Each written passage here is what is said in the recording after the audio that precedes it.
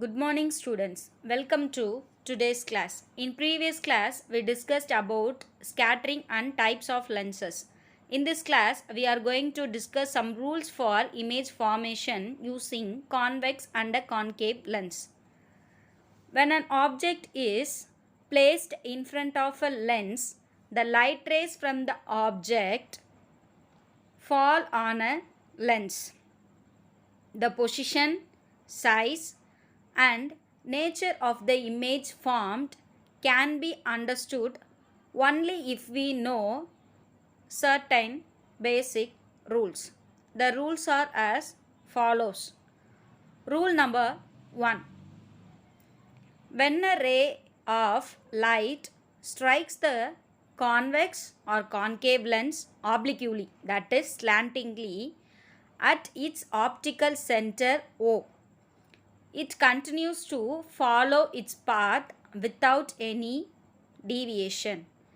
In the figure, we can see a ray is passing through a convex and concave lens through optical center O, but the refracted ray is not having any deviation.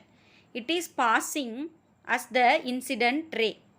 So, this clarifies the rule number 1. Next, we are going to see rule 2. When rays parallel to the principal axis strikes a convex or concave lens, the refracted rays are converged or appear to diverge from the principal focus F. This can be clearly understood from the following diagram. Now, let's discuss about this diagram.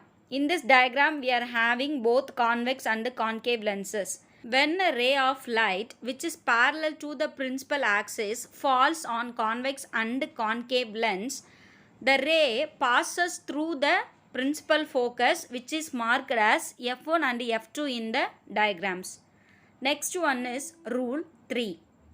When a ray passing through or directed towards the principal focus F strikes a convex or concave lens, the refracted ray will be parallel to the principal axis. This can also be understood from the following picture.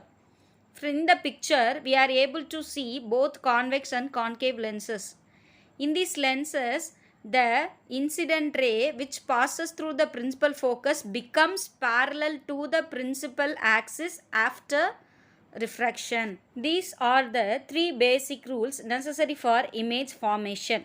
Now, let's recall the 3 rules in a short manner to understand in a better way for the image formation. First rule, ray passing through optical center will emerge without any deviation. Second rule is, ray parallel to principal axis will always pass through principal focus. And the third rule is, ray passing through principal focus will become parallel to the principal axis. By using this law, we can easily find an image formed in a convex and a concave lens. Okay students, hope you have enjoyed the class. We will meet in another class with a new topic. Thank you students.